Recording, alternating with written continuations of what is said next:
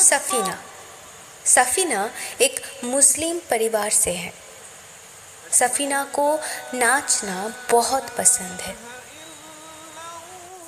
लेकिन कुछ पाबंदियों के कारण आज सफ़ीना अपने सपनों से बहुत दूर हो चुकी है।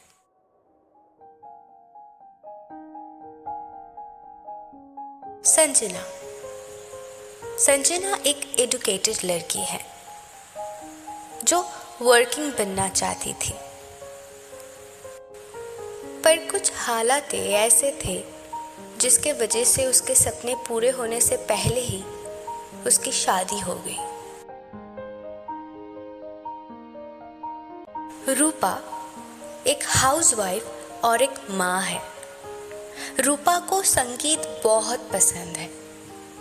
शादी से पहले भी रूपा गाना गाती थी, लेकिन माँ बनने के बाद सपनों की अहमियत रूपा की जिंदगी से धीरे धीरे कम होने लगी।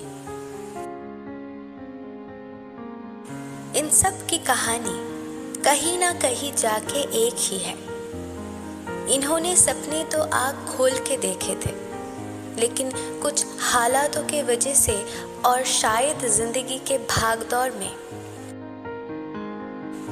वो सपने इनके आँख से कब, कहाँ और कैसे छूट गए, इनको पता भी नहीं चला।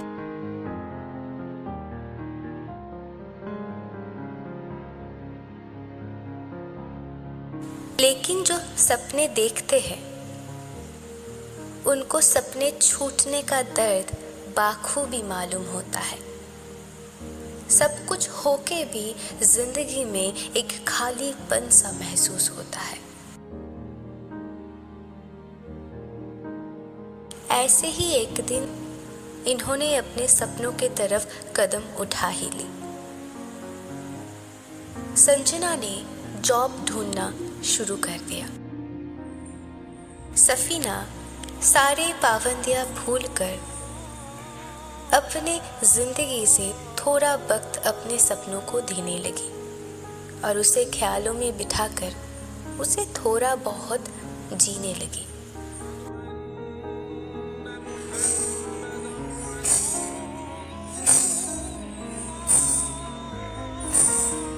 रूपा भी अपनी जिंदगी की अहमियत को बदलते हुए एक कदम अपने सपने की ओर बढ़ा चुकी थी।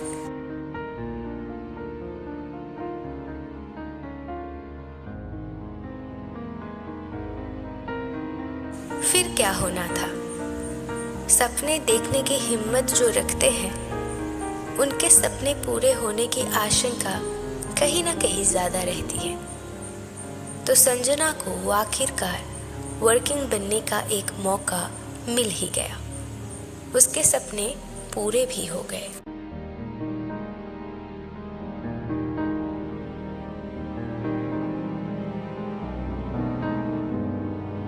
पर हम हमेशा सपने पूरे होने के लिए नहीं देखते हैं, हम सपने को जीना चाहते हैं। जिंदगी में खुशियां भरने के लिए सपने की अहमियत बहुत ज्यादा है। रूपा जो संगीत छोड़ के घर और जिंदगी समेट रही थी, अब अपने बच्चों की द्वारा ही सही सपनों को फिर से जीने लगी है। सफ़ीना भी जब कभी मौका मिलती है अपनी अस्तित्व को भूलकर सपने को जी भर के देख लेती है। भले ही रूपा और सफ़ीना की सपनों को कोई ऊंची उड़ान नहीं मिली, पर ये सपने देखना नहीं छोड़े, क्योंकि सपने सिर्फ पूरे होने के लिए नहीं, कई कबार सपने जीने के लिए भी देखना चाहिए। सपने देखने से पूरे जरूर होते हैं, जैसे संजना के हुए।